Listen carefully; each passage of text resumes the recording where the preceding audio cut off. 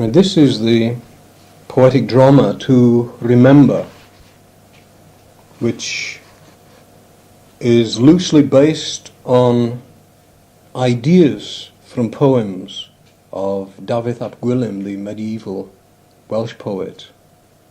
And it's obviously written with my own poetry and blended also with some of my own poems. There are three characters in it. The friar, who's a very understanding friar, although he has to be a little firm and sharp at times. But in the end, he's quite understanding, and he castigates the poet with the twinkle in his eye. And then there's the poet who thinks that life is all about loving and girls. And then there's the girl. To remember. Friar. A poet writes with his lips, lip to lip with a girl, skin to skin, words slip from her body onto his page. His rhythms are sprung in a grove of birch trees.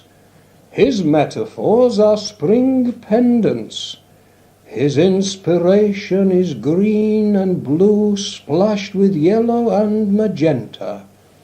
His God wings off the stretched sea, commands prayers from tall trees.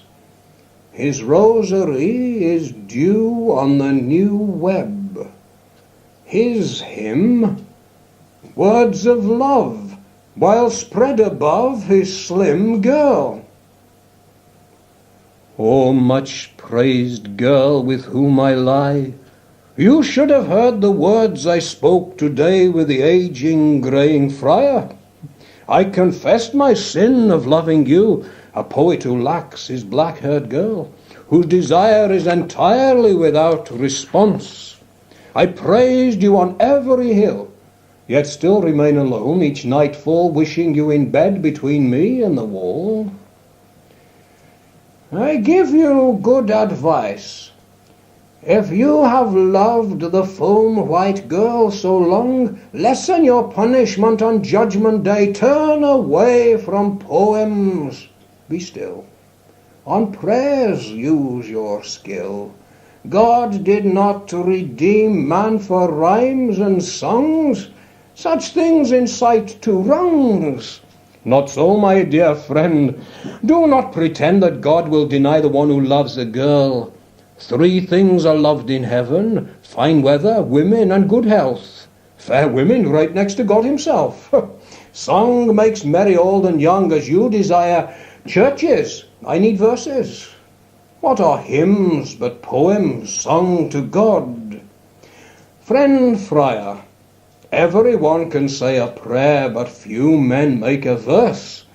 When men prefer a prayer as much as girls defer to hear my verse, then will I pray all day and no more write a poem. Sometime later the poet walks to the top of a hill and recites a poem to his girl through the wind. You slide, wind, mastermind of the sky, with a terrifying cry. You care not, howl harshly, wingless, feetless, down distant heights from the storehouse of the sky. You have no need of swift steed, bridge, or boat for stream. You walk on water, strip trees of leaves and nests. No one accuses you of theft, neither officious men nor nature. When you remove the heads of trees, no king or army rebukes you.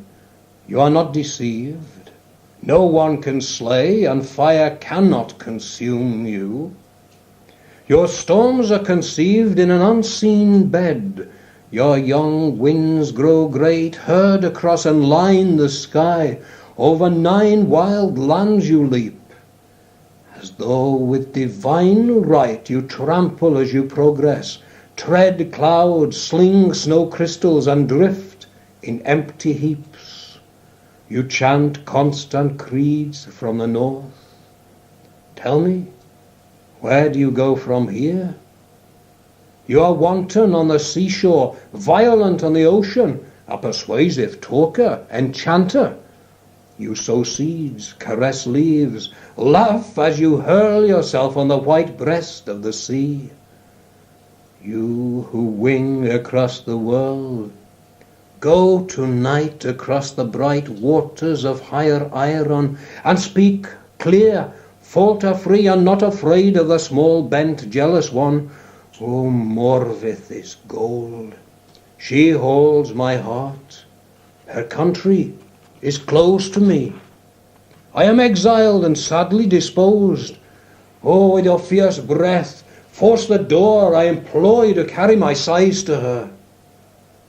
Tell her I am sad. Tell my Cariad of a burning need, that I love true till freed from life, unless she should become another's wife.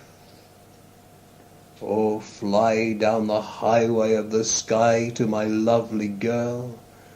Go to my slim gold love, kind heart of the sky. I wish you well. Listen.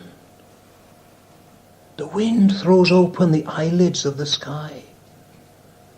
See a lark in spiraling flight, tight with a throat of song. Oh, lead me tonight to where my poet lies. Merge blue and green of eyes, and see a kingfisher rise above where the rage of water cascades crystal through the slowly waving willows.